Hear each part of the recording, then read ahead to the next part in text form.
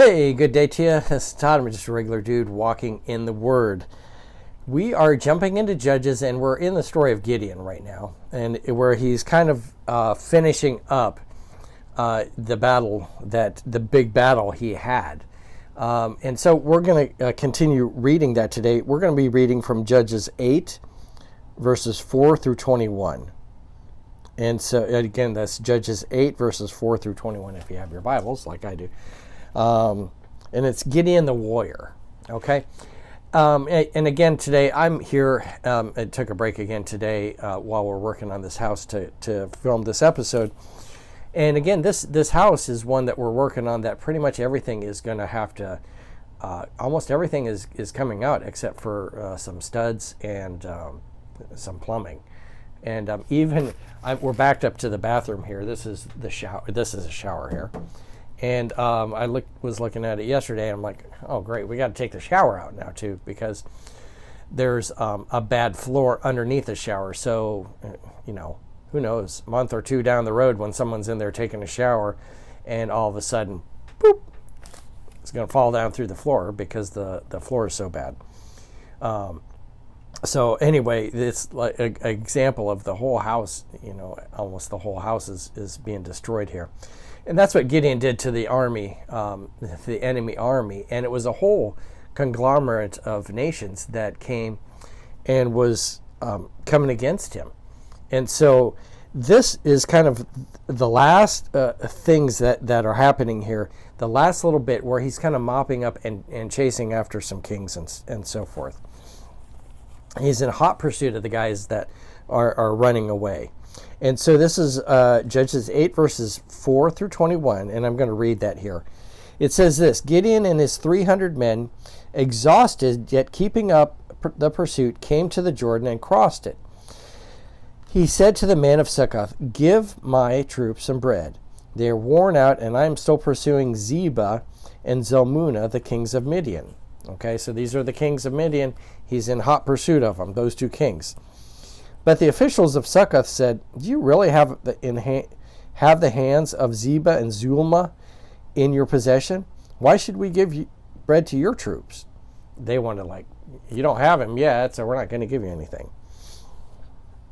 Then Gideon replied, "Just for that, when the Lord has given Zebah and Zalmunna into my hands, I will tear your flesh with desert thorns and briars." From there he went up to Peniel and made the same request of them, but they answered as the men of Succoth had. So he said to the men of Peniel, "When I return in triumph, I will tear down this tower." Okay? The tower was probably built in the center of town, like we still do today. Build a tower in the center of town, and he was going to build that down. Tear it down. Verse 10, Now Zebah and Zalmunna were in Karkor with a force of about 15,000 men. And you're going, 15,000 men? He's still chasing after 15,000 men? But keep reading here. All that were left of the armies of the eastern peoples, 120,000 swordsmen had fallen. That gives you a little better picture, okay? So there's 15,000 men left, but 120,000 men had already been killed in the battle. Okay, and remember, Gideon came at him with his tiny army, and he wasn't really fighting them at all. It was God doing it, and God had brought confusion among the enemy, and they were fighting amongst themselves. They were killing themselves. So they fought against each other, and 120,000 died in that battle. That Gideon was just kind of watching and having his torches going and stuff. But there's 15,000 men left with these two kings, Zebah and Zalmunna. Gideon went up by the route of the nomads east of Nobah and Jugabah and attacked the unsuspecting army. Zebah and Zalmunna, the two kings of Midian, fled, but he pursued them and captured them, routing their entire army. Wow, the entire army. Gideon, son of Joash, then returned from the battle by the pass of Heres. He caught a young man of Succoth and questioned him. And the young man wrote down for him the names of the 77 officials of Succoth, the elders of the town. Then Gideon came and said to the men of Succoth, Here are Zebah and Zalmunna, about whom you taunted me by saying, do you have the hands of Zebah and Zalmunna in your possession? Why should we give you bread to your exhausted men? He took the elders of the town and taught the men of Succoth a lesson by punishing them with desert thorns and briars. He also pulled down the tower of Peniel and killed the men of the town. Wow, it did a lot of damage there. So those two towns that wouldn't give him any bread, first of all, he takes those 77 leaders of that town and whips them with briars and stuff. And then he takes the tower in the next town and rips that down. Okay? Verse 18, then he asked Zebah and Zalmunna, what kind of men did you kill at Tabor?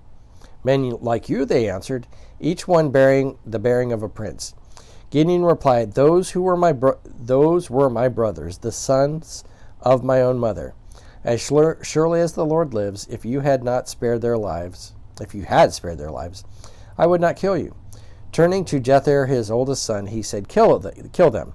But Jether did not draw his sword, because he was only a boy and was afraid. Zebah and Zalmunna said, come, do it yourself. As is the man, so is his strength. So Gideon stepped forward and killed them and took the ornaments off the camels' necks. Okay, that was kind of their prize, taking the ornaments off the camels' necks.